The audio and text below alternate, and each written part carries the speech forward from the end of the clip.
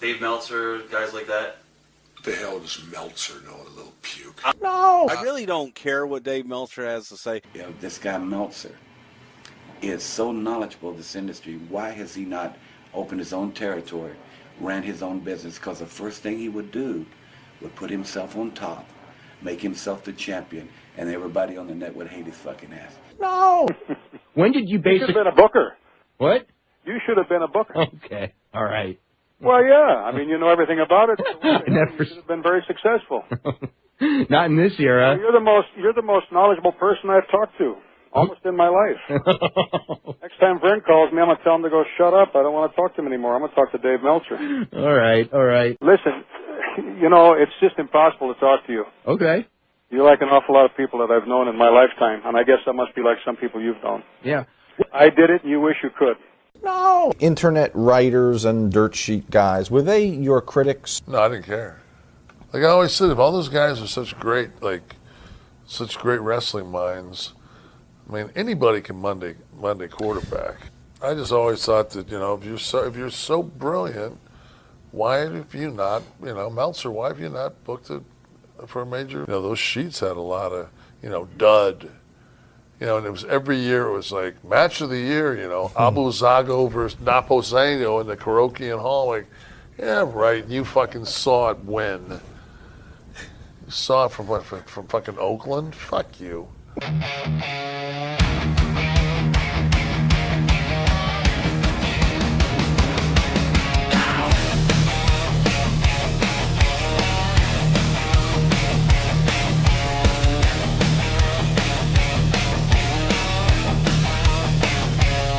He's got a notebook and a smug little grin,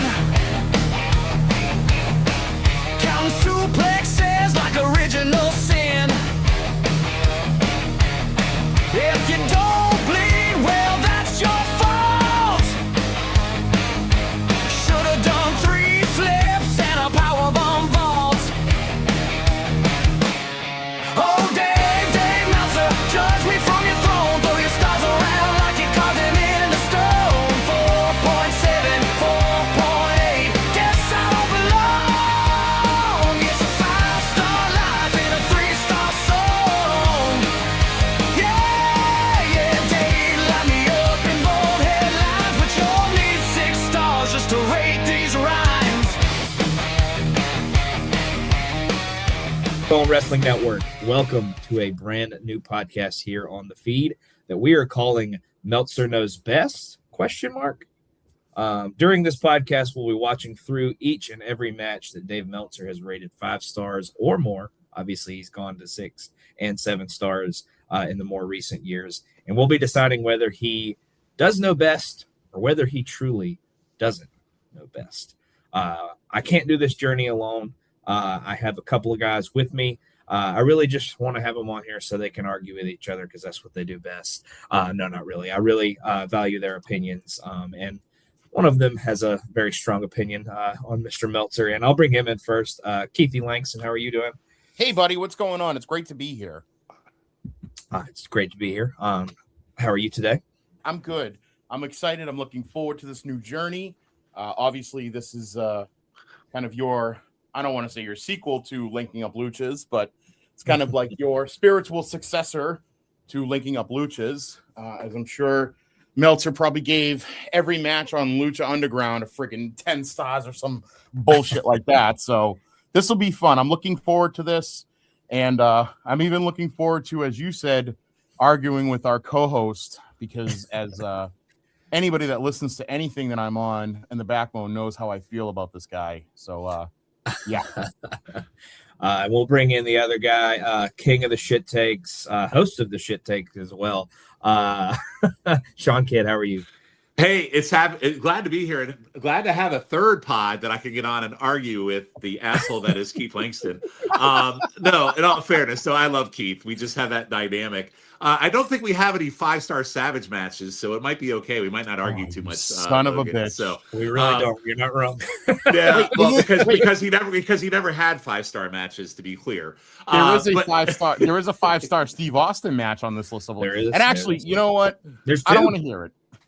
Oh no, there is a 5-star. There are 5-star Austin matches. There's no doubt about it. One of the greatest matches of all time's got Steve Austin in it, but it's because Bret Hart carried him.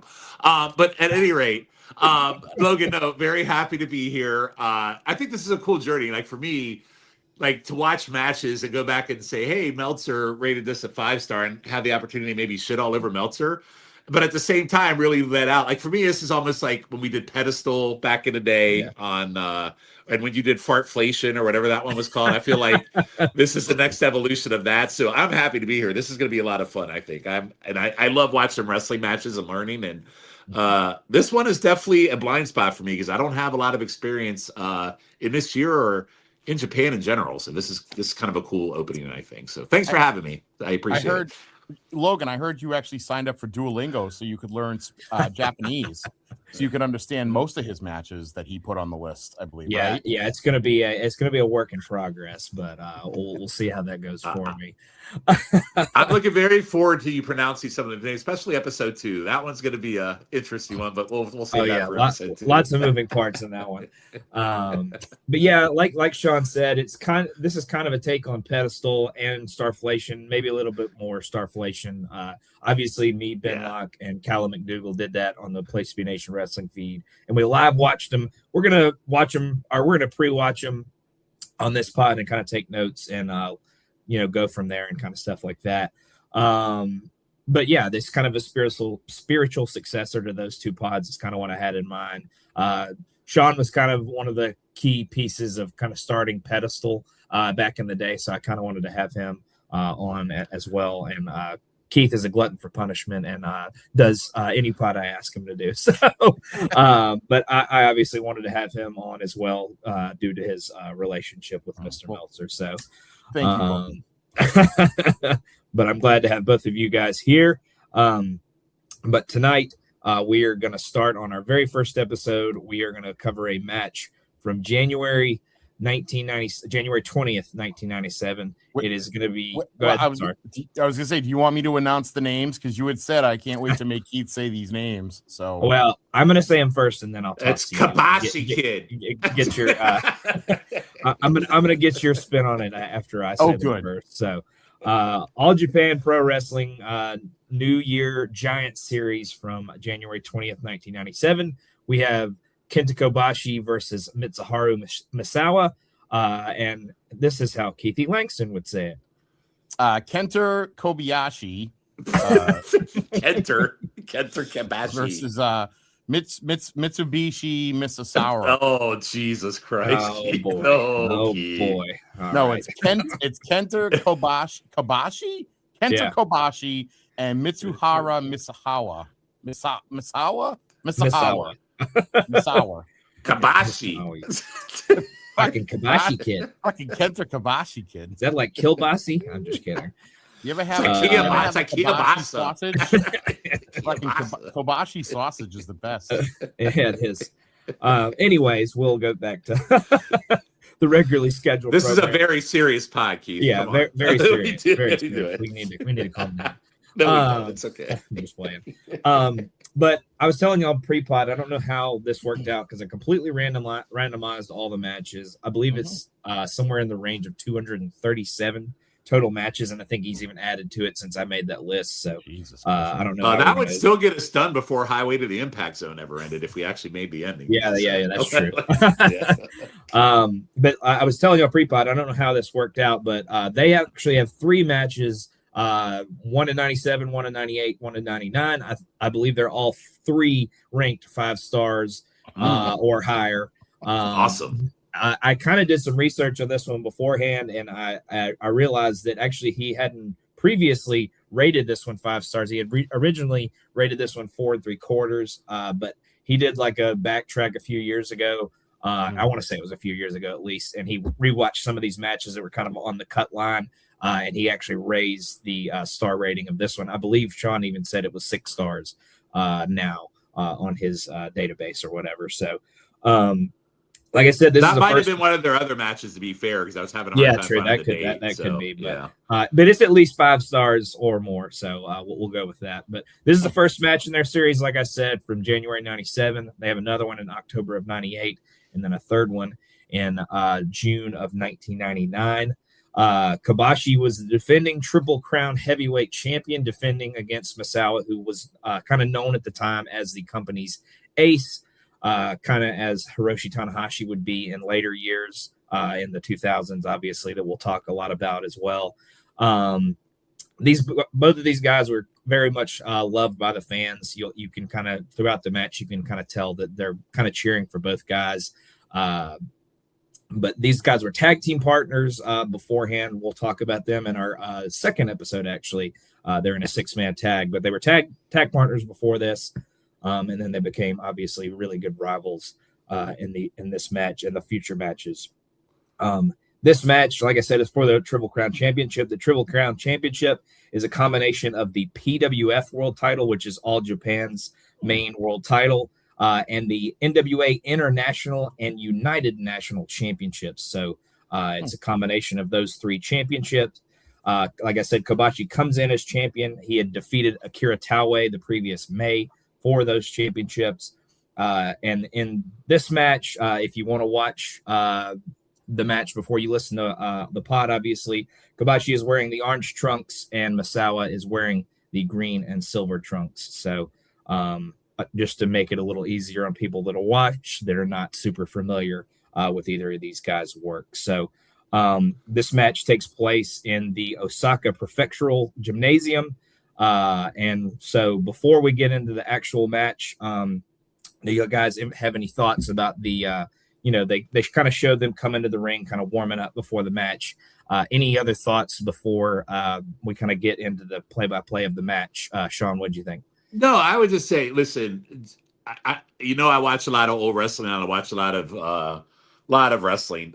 Japan's kind of a blind spot for me now, especially this time frame. Like, I'll go back and watch old Japan, like with Stan Hansen, back in the day. And but when it comes to, like, I always hear about how great Misawa was, and obviously Misawa passed away in the ring after a botched suplex, which after you watch this match, you'll be like, holy shit, I'm surprised he didn't die in this match.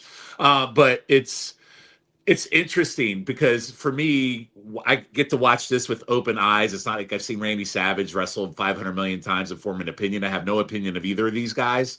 So going into this for me was like eyes wide open with like a product that I have no visibility to whatsoever. So it's a real blind spot. So that's kind of cool. But the one thing I will say about New Japan, it's always a pageantry. Anytime they have like a big match, it's like a big event. The crowd is amazing too, because they'll be all excited. Then they'll sit there quiet, wait for their next thing. You even brought up, and we'll get into the match. I listened to the commentary. I know some of us probably didn't because it didn't really mean anything to us because you can't say hear what they're saying. But the crowd reactions in this are incredible. And I love the pageantry of New Japan matches. I think they always do a really good job with that. Probably more in past years than they do now. But yeah, that's kind of what I would say about that. It's kind of cool. So. Yeah, absolutely. Keith, any thoughts before we get in the match?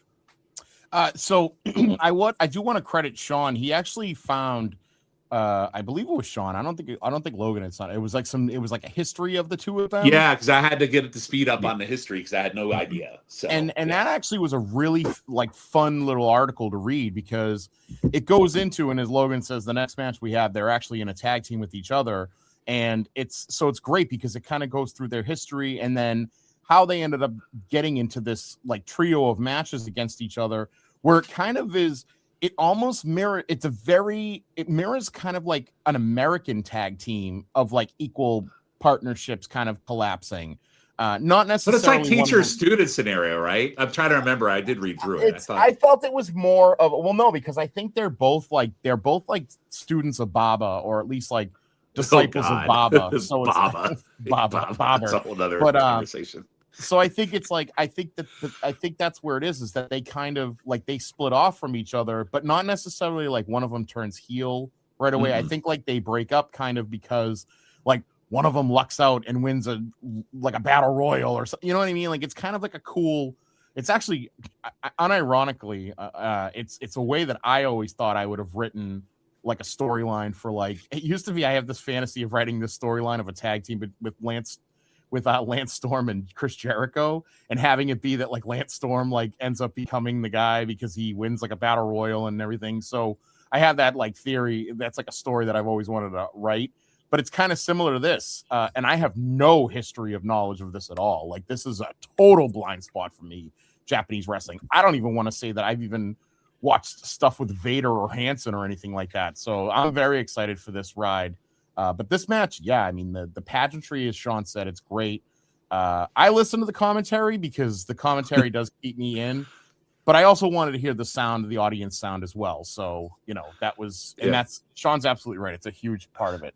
And there's one commentator in this, Logan. You just hear his voice. It's so deadpan and deep.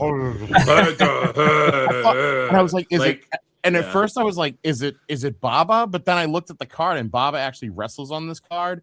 So then I was like, it's not Inoki because he was New Japan. No, he just sounded very angry throughout the match. It was just so random. Like, it's he just sounded old. Well, that too. Yeah. Angry or old. Either way. Anyway, go ahead, Logan. I believe Sean may have described him as Miyagi smoking a pack a day or something. Oh, I did. Yeah, I did this. Yeah, Miyagi smoking a pack a day. That's Lucky exactly Strikes what I said. Unfiltered. Yeah, that's exactly what I said. Great. But yeah, I did have the sound on a little bit, but obviously we're watching a Japanese match that has Japanese commentary, so obviously you can't, if you don't speak Japanese, you probably can't understand a lot of what they're saying. I would use AI to translate it while I'm watching, but I'd probably get a lot of heat for that, so I kind of didn't do it. Yeah, you might not want to do that. All right, well, we'll get into the match. Like I said, it is Kenta Kobashi versus Mitsuharu Misawa from January 20th, You can't say the name 1997. right, Yeah, well, yeah, I guess. But to start the match, they lock up. They're kind of feeling each other out to kind of start things. They then start laying in some big, huge strikes. Misawa ends up winning the exchange with a drop kick. He then baseball slide kicks Kobashi to the outside before hitting him with he kind of dives through the middle rope and hits a forearm as he's flying through the sky. Kobashi's actually kind of slow to get back up at this point. So Misawa goes out and grabs him from the apron and then back suplexes him back into the ring. And then he follows it with a standing senton. He gets a quick 2 count off of that. Kobashi then blocks a tiger suplex attempt. Off that, he hits some karate chops to the neck and a kick to the gut before hitting a DDT. He gets a 2 count off of that. And then Misawa kind of rolls to the floor to kind of rest up a little bit. Misawa sells the effects of the DDT on the outside before hopping back in. We get another big trading of strikes, one by Kobashi with 2 absolutely devastating spinning back fists to Misawa's neck. I feel like a lot of the strikes in this match go to the neck area, which I thought was a pretty brutal way to go at it. So obviously there will be a lot more of those throughout. But Misawa then flips out of a vertical suplex and then he eats a nasty knee. Kobashi then follows it up with 2 more knees and then a Russian leg sweep. Gets another 2 count off of that. Kobashi then scores with a knee and a stomp when Misawa's on the mat. Kobashi then hits a big chop. Misawa reverses an Irish whip attempt and nails a big forearm, but Kobashi is quickly back up with a big knee to the gut. In the corner, Kobashi reins in punches to Misawa's midsection before hitting a forward suplex. Kobashi then locks in a bow and arrow submission, but for some reason lets go before he can get to the rope or anything like that. We get some more stomps, and then Kobashi picks him up, and Misawa is able to score with another forearm, but Kobashi kind of bounces off of it and hits him with it was basically just like a tackle, but I called it a spear. He basically bounces off the rope and spears him. Kobashi then gets him back up, lays in a couple of more brutal strikes to the midsection before locking in an abdominal stretch. Misawa is able to get to the ropes from that. More chops and then shots to the midsection over and over. So Kobashi really focusing in on the ribs and kind of back area of Misawa. Kobashi then whips him into the corner and scores with a super kick to Misawa's throat, but Misawa kind of no-sells it and then comes out and crushes Kobashi with another forearm. Back up, he hits more forearms, a spinning back fist, and a spinning leg lariat. He gets a 2 count off of that. Misawa then locks in a seated surfboard stretch. Kobashi is able to flip, to kind of get up and flip out of it and actually lock in somewhat of a stretch of his own, but Misawa kind of flips out and kicks out of it himself and then nails a forearm when Kobashi kind of leaps. He kind of lunges at him and he scores him with another forearm. Misawa then hits an absolutely ridiculous looking spinning back kick from the middle rope. I didn't really know what he was going for, but it just looked kind of weird. Kobashi then rolls out, but quickly comes back in, and Misawa hits some clubs to the back before nailing a tiger suplex. Back up, another big strike exchange is won by Misawa with a rapid fire forearms. He hits a power slam, a middle rope forearm, and then a frog splash, but again, it's only good for 2. He locks in a camel clutch, but Kobashi quickly gets to the ropes. Misawa then locks in a submission when his forearms are basically just trying to crush his skull. He's basically just rubbing his forearm into his head, just basically trying to just smash his head, it seemed. But again, Kobashi gets to the ropes. More forearms and a couple of leaping kicks, but Kobashi catches a third kick, and then he hits some awesome rapid-fire chops to the throat. Misawa then answers with 3 forearms, and Kobashi is back with some chops. Misawa then hits another forearm, and then they trade big boots back and forth. They continue to land bomb after bomb on each other before Misawa hits about 6 forearms in a row, and Kobashi just crumples to the outside at that point. Misawa then does a fake-out dive and then kicks Kobashi into the guardrail. He then goes for that diving forearm once again from the apron, but Kobashi is able to move, and Misawa takes an absolutely brutal bump into the guardrail. Don't really know how he got up from that one. Misawa sells the injuries, tries to get back in, but Kobashi lariats him off the apron, back into the guardrail, and another brutal bump. He gets him back in the ring, goes for a pin, but only gets 2 off of that. Kobashi then picks him back up, gets Misawa in the corner, and after an initial forearm from Misawa, Kobashi unleashes a couple of drop kicks and then multiple kicks to the gut. They then go back outside, and Kobashi works Misawa's arm around the guardrail and the ring post. Back in, Kobashi stomps Misawa and continues working the arm and shoulder and on the ring post and turnbuckle area. He's kind of just snapping them over his shoulder and over the ring post and stuff like that over and over. He kind of does that throughout the rest of the match. Kobashi then hits a hammerlock DDT before locking in a cross arm breaker, but again, Misawa gets the ropes. Kobashi then continues to stomp the shoulder, and Kobashi wraps his arm around the top rope and continues to chop on it. He hits another hammerlock DDT, but only gets 2 off of that. He continues the devastation to the arm. Misawa then hits a random forearm, but he does it with the bad arm, obviously. So Kobashi continues to work on it.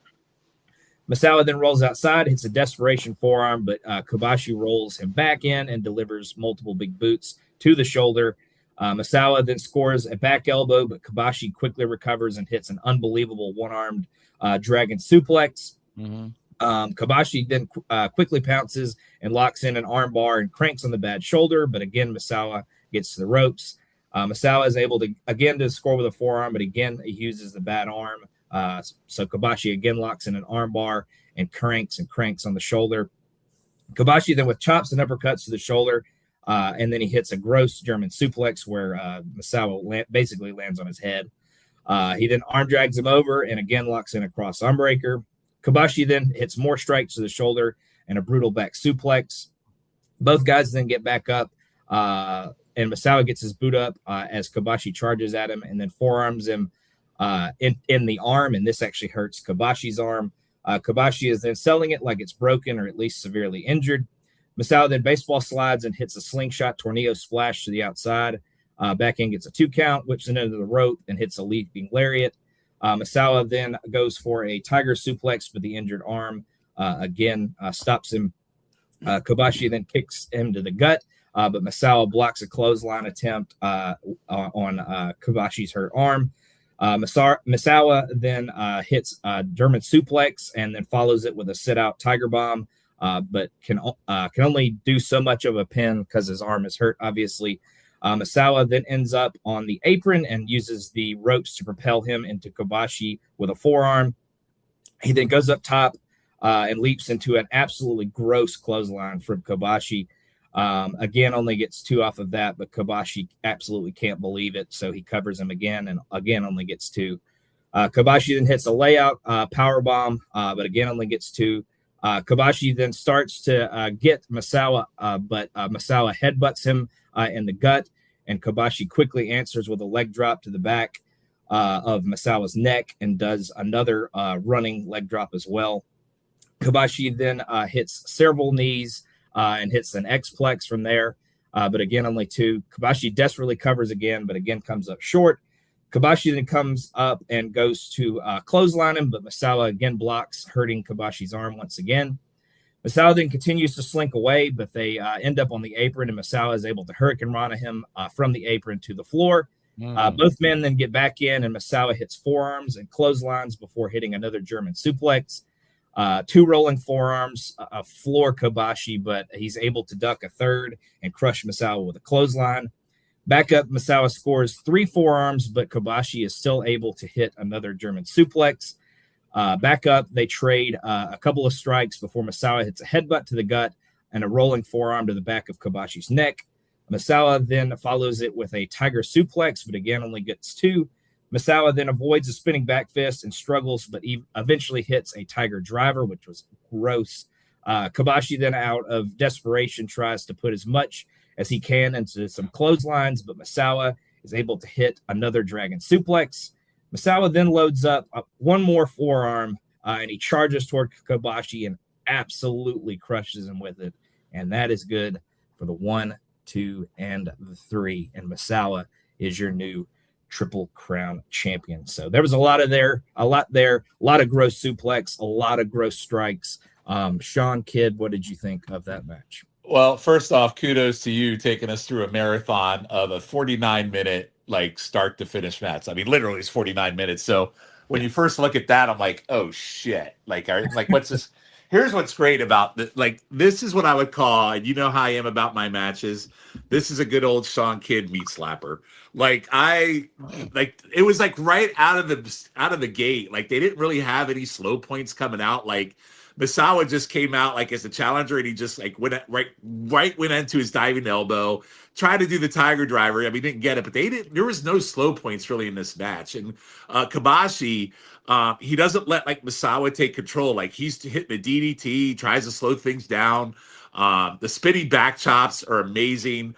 And it's just great. And so as the match progresses, it's really just, suplexes and there's face locks. And you brought up like the arm and how they work the arm. And I love a good limb work.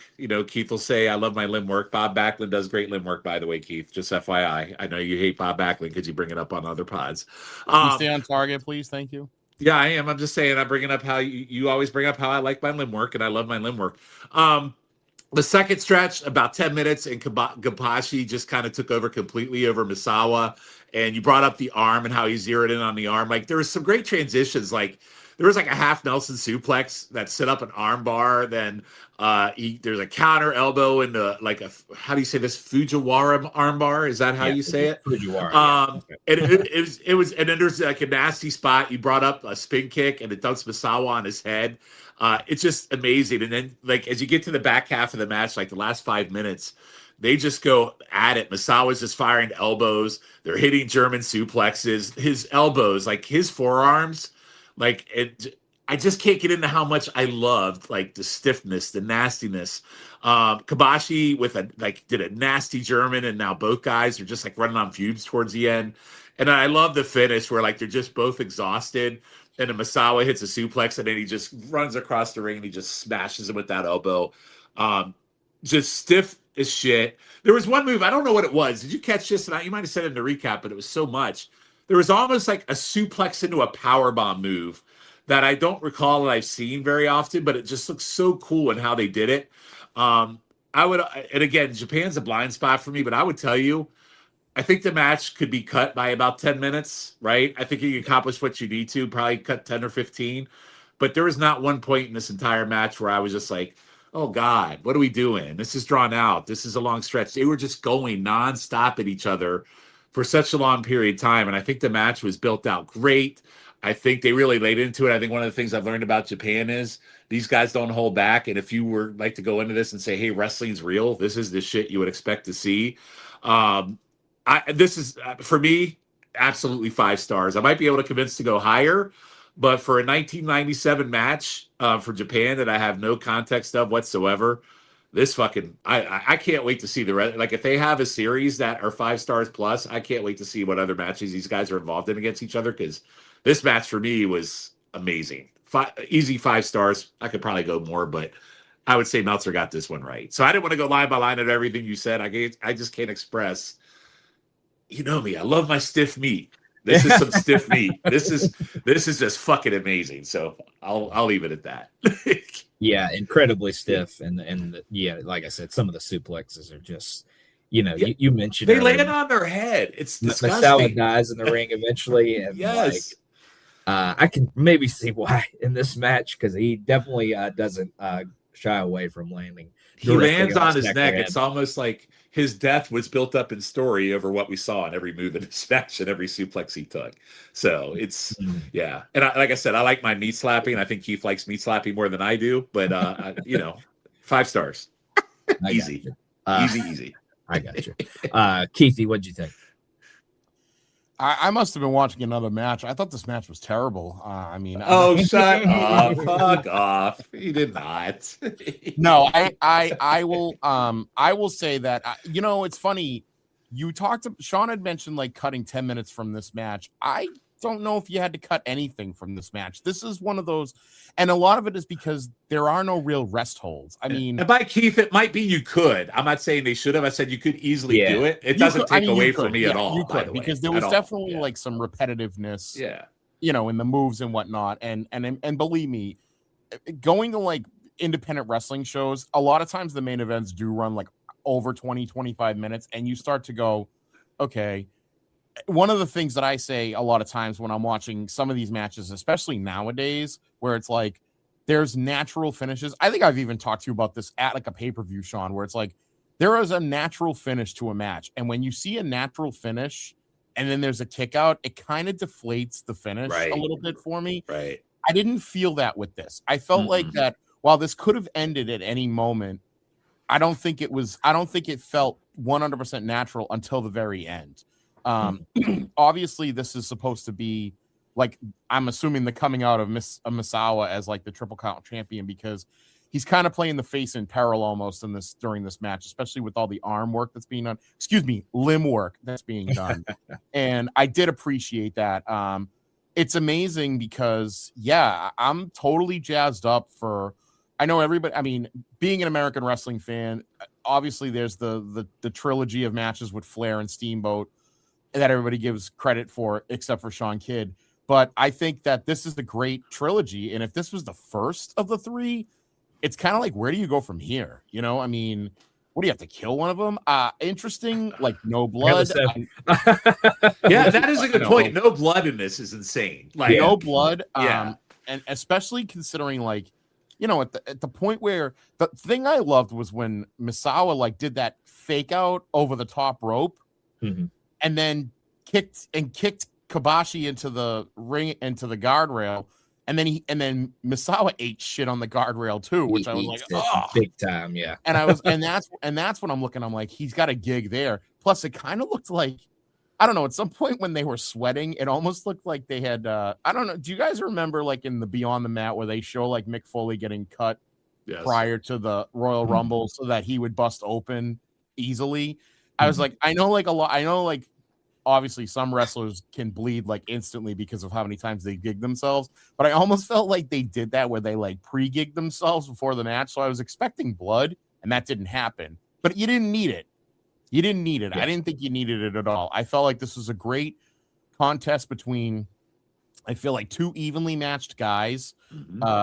They definitely were stiff as all get out, but I don't know if that was real stiff or if that's just how it is. It's like strong style, Japan, man. Yeah, like they're like how they work. It's they don't fuck around. And I mean, you could tell with like the suplexes, the German suplexes, and the one-arm suplex, like just unbelievable. Like, not even landing on their necks. Was there even a suplex left out of this match? Like, I feel like we had every variation of a suplex you can imagine. Yeah, I loved that with the one-arm suplex that Kobashi did it earlier. The half Nelson suplex. Yeah, half Nelson suplexes are my favorite. I love that. That is such a good move. It's so good. And Misawa fucking sold it like a champ because he's like, he made it look like, I mean, I know he dies because of a botched suplex, but it's like he literally looks like he's dying every time he takes a suplex. It's incredible. And I mean, going back to like the rest holds, the only rest hold was literally like the surfboard. That was it. Right. And I mean, he very quickly gets the ropes off of that. It's not like there's no rest period.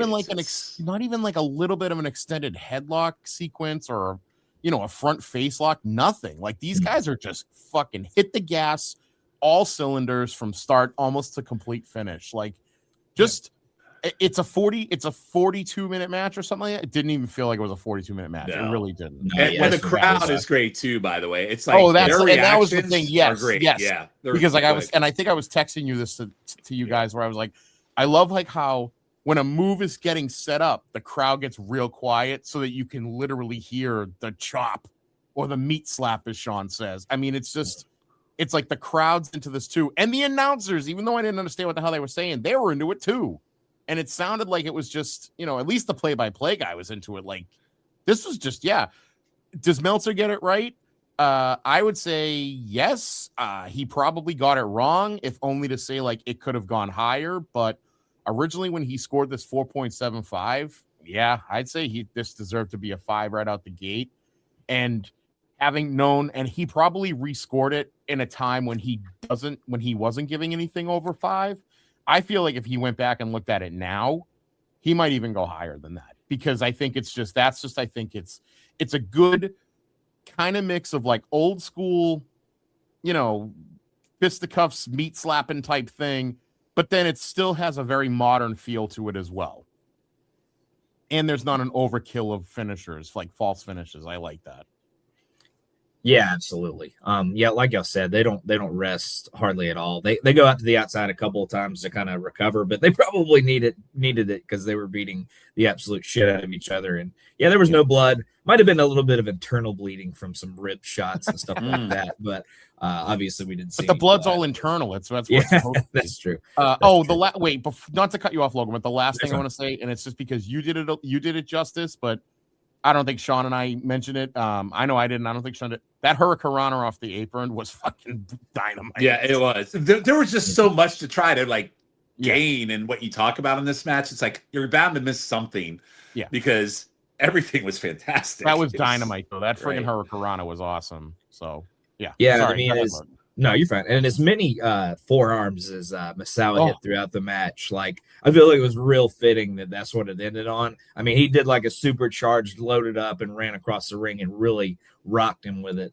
So it was had a little bit more behind it than the ones throughout the rest of the match had, but I felt like it was pretty fitting that it ended on that. Sometimes it doesn't need to end in a finisher. They're wore out. Their arms are hurt. They've been working the arms. Kobashi even worked the ribs in the midsection for a portion of the match, but their shoulders, their arms, everything, and their necks and heads and stuff had to be hurting, just diabolically by the end of the match. So I was hurting. Yeah. I was hurting a little bit too. And the good thing is that like a forearm, like a forearm smash like that, that's a good finisher. That's a finisher that you could believe is an actual. Because I mean, if you're in a fight, like a street fight with somebody, like in real life street fight, like you're gonna hit them with a friggin' forearm. You know what I mean? And you're gonna try to knock them the fuck out. So it's a good forearm. It's a good finisher for this. I thought it was great, actually. Hey, Logan. Hey, Keith. Question for you, and you're gonna be mad at me. Savage Steamboat, it doesn't even come close to this, does it? Oh, no. What are you gonna say? What are you gonna say, Logan? I said no. No, okay. I mean from a work.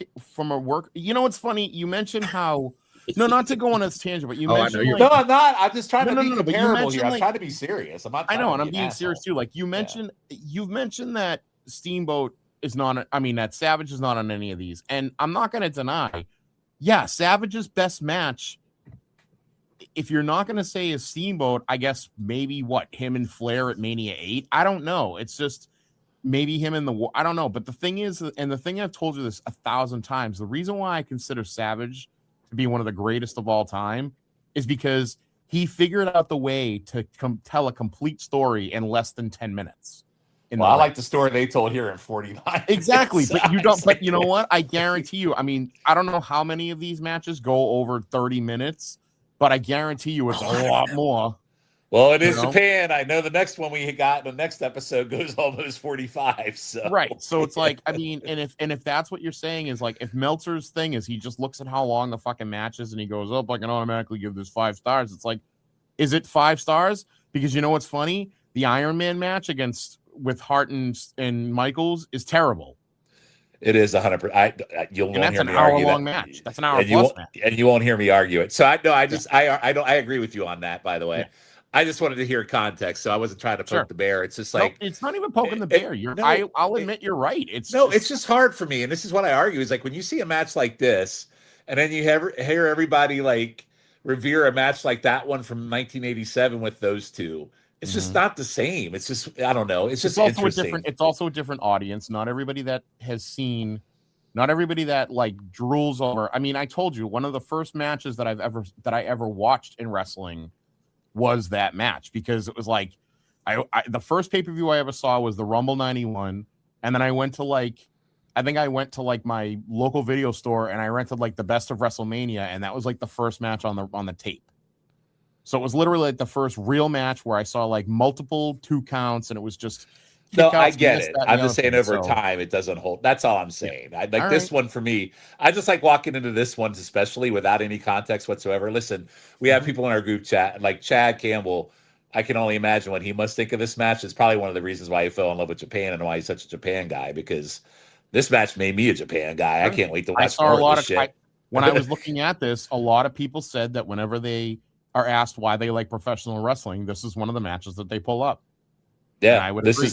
I agree. Sorry, Logan. I know we went off on a tangent, but it was just a question for Keith. So no, this is exactly what I want. Y'all do y'all. And one of the first matches I ever showed my nephew was the Hell in the Cell match with Taker and Mankind. So, you know, just a different flavor. I got it. Mm-hmm. Yeah, I mean, and the match is, you know, obviously it's a point of contention in some of our group chats and stuff like that. But it is a great match. I've never thought it wasn't a great match. And it was probably the best match of all time at that point in history, obviously. Well, we did do it on pedestal, and I can't remember what I rated it on pedestal. I think I went 3.25 or almost 4 in retrospect on it. So I don't remember. I'd have to go back and listen. I'll have to pay attention to that later. Yeah, I mean, like I said, by 1987 standards, I mean, it's definitely maybe one of the best matches of all time to that point, if not the best match of all time. But, you know, obviously time has elapsed. Generations of fans that didn't grow up watching that stuff have been born and lived long lives, me included, and just don't have the affection for the match at you know, that others do that were alive and saw it. And like with Keith, it was his first match that he ever saw on the tape. So it also makes you wonder, though, Logan, if you watch something like this, and then when we get to like current day matches that I think like someone like Keith, who's had the like Meltzer gives 6-7 stars to the flippity doodads. I'm curious what our take would be on the flippity doodah stuff perception when we watch matches like this, and then when we get to stuff like that. That's going to be interesting for me to kind of think through too. So yeah, and you know, to not piss anybody off, this is all subjective. This is Keith's opinion. This is my opinion. This is Sean's opinion. So, I mean, none of us are right or wrong or anything like that. This is how we feel. This is what we think of these matches. This match was awesome. This match absolutely deserved 5 stars, like the other 2 guys, if not greater. So I definitely think Meltzer was on point. Changing this when he did, whenever he did do the kind of re-look through these matches. But yeah, I thought it was absolutely fantastic. Like we've said 100 times, ton of stiff strikes, ton of awesome suplexes, some nasty bumps throughout. But yeah, again, completely subjective in all of this, but I think we could comfortably say on this episode that Meltzer did know best by rating. Absolutely, 100% he did. I hate to say he did, but he does. he got this one right. So, So I think we can unequivocally say that on this one. So from here, we'll just do some plugs real quick. Sean, anything you would like to plug tonight? No, I think we said a lot of those earlier. The shit take, Keith and I. So we do shit take. We do Hands of Z, which is a ridiculous pod where we talk about Larry Zabisco and Ron Garvin, but it's always a good time.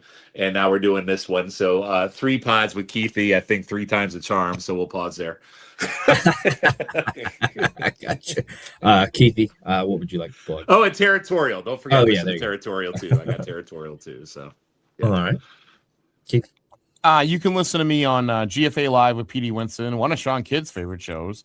You can also it actually is, by the way. I don't know why. I just enjoy listening to it. It is a very good show. It actually is. So thank you. Yeah, but you can also hear Logan and I.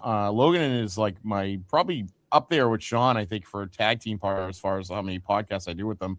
We do the journey through the Arrowverse. We watch comics right now. We're watching Arrow. And you can hear that on the Backbone Wrestling Network. You can hear Logan and I on the movie Education of Logan Crosland.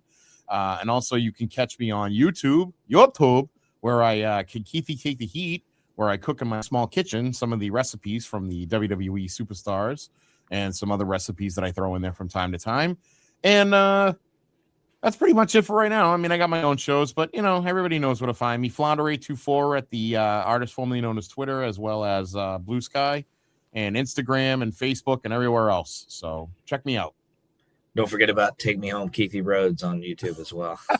Take Me Home, Keithy Rhodes. Yes. And don't forget about Keithy Takes a Shit. That's well, that's the thing I always said with Shawn is he goes, Shawn said it was the most narcissistic podcast because every podcast I do has my name on it. I go, well, it's because I want people to know who I am. I'm trying to develop a brand here, but okay. We almost named this pod Keithy Knows Best, but we went with Meltzer instead. So. Yeah. Keithy knows better than Meltzer. Meltzer knows best with Keithy in parentheses. But yeah, definitely check out everything that the two fellas have said so far. I also have Highway to the Impact Zone, YouTube Roulette, and Are You Smarter Than Vince Russo's WCW on this podcast feed. Highway, we're working our way through 2007. Impact right now. We have 1 episode left in the year, and then we'll be on to 2008. And YouTube Roulette is just insanity.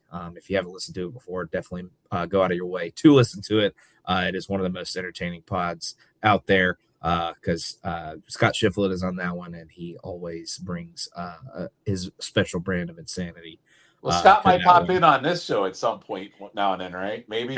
True, yeah. He may be our fourth permanent chair. He may just kind of rotate in and out. We'll see in the future.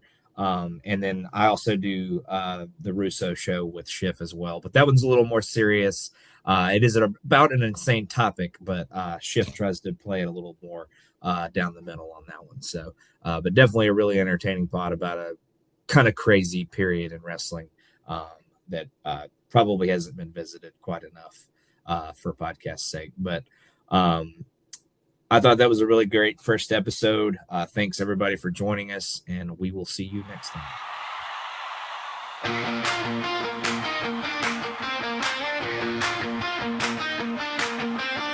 Stacking stars like snapshots, old tapes on the floor, tiny desk, big opinions, turning why into more. Every match, every minute, he's rewinding the frame from a busted high school bleacher to a household name. 5-star Dave, call it how you see it. Turn that page, history read it. Talk that talk, make the whole room lean in. Yeah, we lean. 5-star Dave, say it, you believe it. Raise that grade, love it or you leave it. Thumbs in the air for the man who means it. 5-star Dave.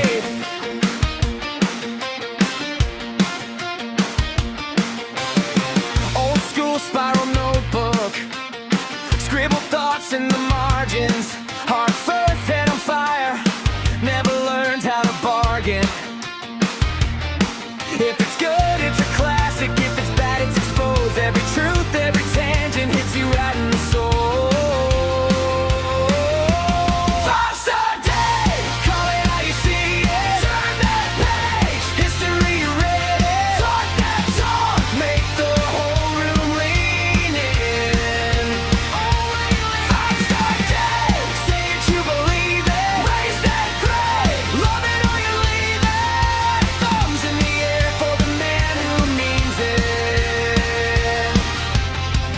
Rockstar Dave. Hey!